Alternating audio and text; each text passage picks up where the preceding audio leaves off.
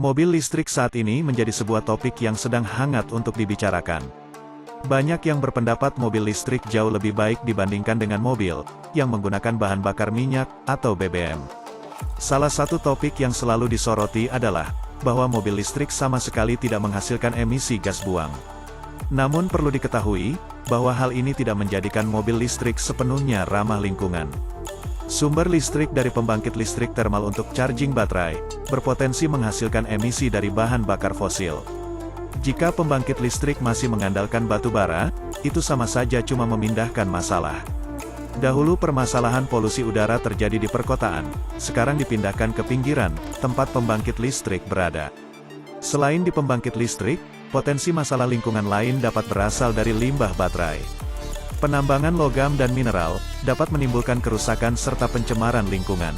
Saat baterai nantinya didaur ulang sekalipun, masih berpotensi menghasilkan air limbah dan emisi.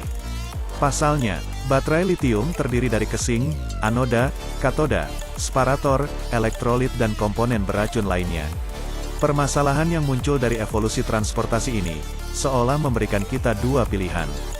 Pertama, tetap menggunakan teknologi lama, yaitu kendaraan berbahan bakar minyak, dengan optimalisasi teknologi.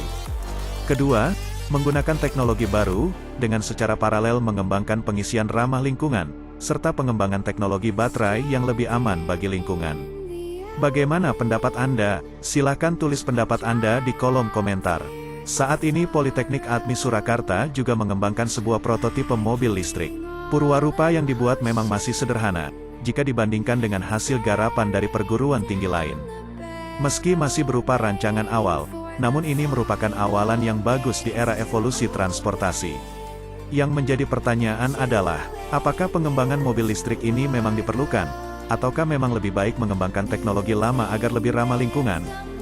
Bagaimana menurut Anda? Sebetulnya ada opsi lain, yaitu teknologi hybrid. Namun sebelum membahas hal itu, mari kita menengok spesifikasi mobil listrik yang telah dikembangkan oleh mahasiswa Atmi. Mobil listrik yang dikembangkan di Atmi, menggunakan 4 motor penggerak, dengan masing-masing motor memiliki daya maksimum sebesar 500 watt. Total daya maksimum pada mobil listrik adalah sebesar 2000 watt. Torsi maksimum yang dapat dihasilkan adalah 200 Nm. Ini bukan ukuran torsi yang besar bagi mobil listrik. Baterai yang digunakan berjenis lithium-ion dengan kapasitas 2000 watt-jam. Jika diisi penuh, mobil dapat menempuh jarak hingga 30 km. Sedangkan untuk dapat mengisi penuh, diperlukan waktu 8 jam. Mobil ini memang didesain untuk dapat dinaiki satu orang, karena harapannya mobil ini dapat dimanfaatkan untuk lomba mobil listrik. Oke, sekarang marilah kita melihat sepintas mengenai teknologi bibrida. Mobil bibrida adalah gabungan dari mobil berbahan bakar minyak dengan mobil listrik. Jika pada mobil listrik, sumber energi utamanya dari pembangkit listrik, pada mobil bibrida, sumber energi utamanya adalah bahan bakar minyak. Mesin listrik pada mobil bibrida menggunakan energi yang disimpan dari hasil pengereman, untuk dapat digunakan kembali. Saat ini terdapat berbagai macam jenis mobil bibrida, seperti fully hybrid, semi-hybrid, dan mobil hibrid yang dapat dicas. Akhirnya, sekian dulu pembahasan mengenai mobil listrik. Jika pembahasan ini menarik, silakan tinggalkan jejak di kolom komentar.